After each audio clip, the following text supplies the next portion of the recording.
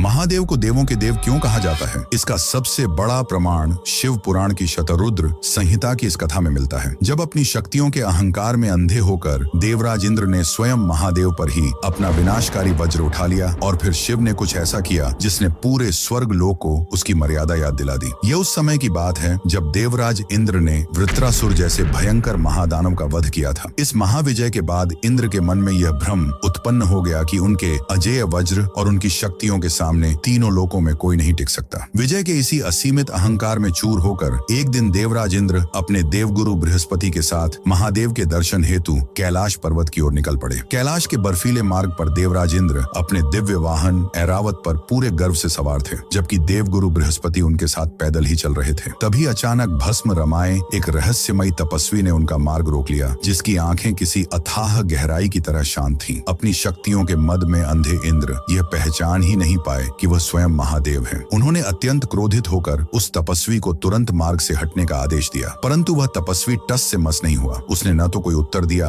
और न ही अपने स्थान से 1 इंच भी हिला। इंद्र का क्रोध अपनी सीमाएं लांघ गया। अपने ही आराध्य को एक साधारण साधु समझने की भूल करते हुए इंद्र ने उन्हें भस्म करने की चेतावनी दी और अपने अहंकार के चरम पर पहुंचकर उन्होंने महर्षि दधीचि की अस्थियों से निर्मित अपना सबसे शक्तिशाली अस्त्र वज्र हवा में उठा लिया। लेकिन तभी प्रहार के लिए उठा इंद्र का वज्र हवा में ही पत्थर की तरह जम गया। पर्वतों को खंडित करने वाले देवराज अपनी पूरी ईश्वरीय शक्ति लगाकर भी उसे 1 इंच नीचे नहीं ला सके। उनका शरीर सुन्न पड़ गया। महादेव ने कोई अस्त्र नहीं उठाया, सिर्फ उनकी शांत उपस्थिति ने ही देवराज को पूरी तरह विवश कर दिया। तभी उस तपस्वी ने सिर उठाया, भ्रिकुटी तनी और माथे पर महादेव की तीसरी आंख खुल गई। उससे निकली प्रलयंकारी ज्वाला देख लगा मानो आज पूरी सृष्टि भस्म हो जाएगी। ये विनाशकारी ताप देखते ही देवगुरु बृहस्पति समझ गए कि यह स्वयं भगवान शिव का रूप है। स्थिति की भयानकता देख देवगुरु बृहस्पति ने तुरंत दंडवत होकर इंद्र की भूल के लिए क्षमा मांगी। भक्त की प्रार्थना से महादेव शांत हुए, लेकिन तीसरी आंख की प्रलयंकारी ज्वाला अब लौट नहीं सकती थी। तब सृष्टि को बचाने के लिए शिव ने उस आग को क्षीर सागर में फेंक दिया, जिससे आगे चलकर जलंधर नामक महापराक्रमी असुर का जन्म हुआ। एक ही पल में देवराज इंद्र का सारा अहंकार अश्रु बनकर बह गया और उन्हें यह परम सत्य ज्ञात हो गया कि महादेव की इच्छा के बिना स्वर्ग का राजा भी अपना अस्त्र नहीं चला सकता। संसार को यह ज्ञान देने के लिए कि परमेश्वर के सामने हर शक्ति और हर अहंकार तुच्छ है, महादेव के इस अत्यंत रहस्यमयी और वैराग्य रूप को पुराणों में अवधूतेश्वर अवतार के नाम से जाना गया। जो भी भक्त ये मानते हैं कि महादेव सर्वोच्च हैं, वे कमेंट्स में जय अवधूतेश्वर महादेव अवश्य लिखें।